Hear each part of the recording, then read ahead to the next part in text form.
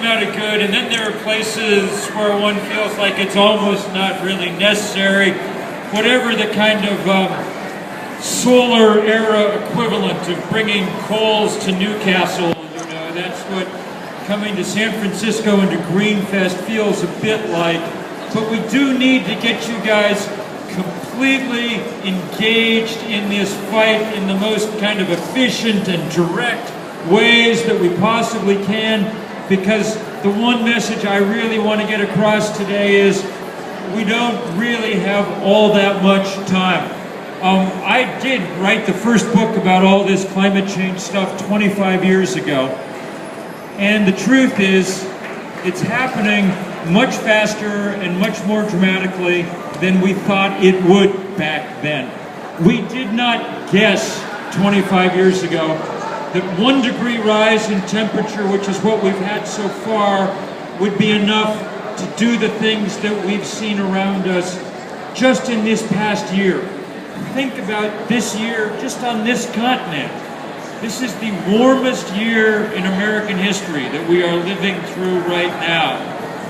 It's had the warmest month in American history, the hottest month, July, any year, any month. You saw the absolute epic melt of the Arctic in the course of the summer. By the time it was done, it was fair to say that the Arctic was broken. There was 75% less ice there than when Neil Armstrong looked down on it 40 years ago. You watched the wild, wild drought across the most fertile farmland in the world. Drought so deep that grain prices went up 40 and 50% in a matter of 6 weeks, which means, it means most of us still go on eating when that happens. But for the millions, hundreds of millions of people who try to live on a couple of dollars a day, a 40% increase in the price of cornmeal was by far the biggest thing that happened in their lives this year. And then you watched last week, 10 days ago now, when something that looked almost exactly like a kind of image from the movies, this sort of wall of water overtopping the seawalls in, you know, in the most, well, in certain ways, the greatest city in the world, in New York, in this place where most of us have been at one time or another, where we've watched 1,000 TV shows or movies, to see the subway tunnels fill up with salt water, to watch the river, the streets of the Lower East Side just become a kind of tributary of the East River, to watch the Jersey Shore and the Long Island coast just kind of disappear beneath the waves. We're up against it at this point, is what I'm trying to say. We've raised the temperature 1 degree, and that's what's happened so far. There was a paper in Science on Friday, in our leading scientific journal, that said it's very clear that unless we get off coal and gas and oil very quickly, that ultimate temperature increase will be 8 degrees in the course of this century. And if that happens, then we cannot conduct a civilization like the one that we're used to having. The folks at Stanford, the agronomists, said 3 or 4 years ago that each degree increase in global average temperature at this point should cut the world's grain yields about 10%. And we saw what happened in the Midwest this summer. That it makes it clear that that's exactly what can go on. So, I mean,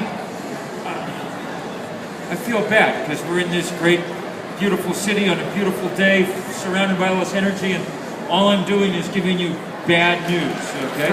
Which you don't even really need to hear because you kind of know it. I'm just wanting to get you on the same page, because if we're going to have this battle, we need to know what the scale of the trouble is that we're up against, so we know what kind of scale of response we need.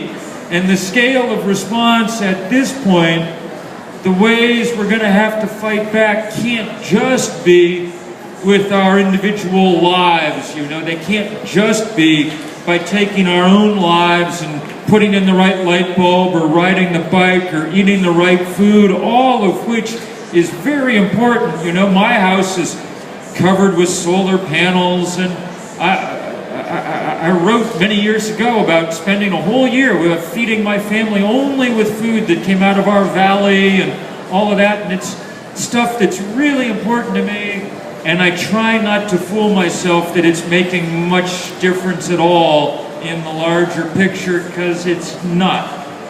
You can't make the math of climate change work one person at a time. It is a structural problem, and the structural problem is that the fossil fuel industry, alone among industries, gets to throw out its waste for free. There's no price on the carbon that gets poured into the atmosphere. Nobody else gets to do that. Now, where I live, if you need to throw out a bag of trash, it costs $4 to do it. If you run the restaurant across the street there, Susie's Cafe, you are not allowed to just, at the end of business, at the close of the day, just shovel all your garbage out into the street. Because if you did, that would be uncivilized, and it would lead to rats and whatever else. The only people who get to do that are Exxon and Chevron and Shell and everybody else.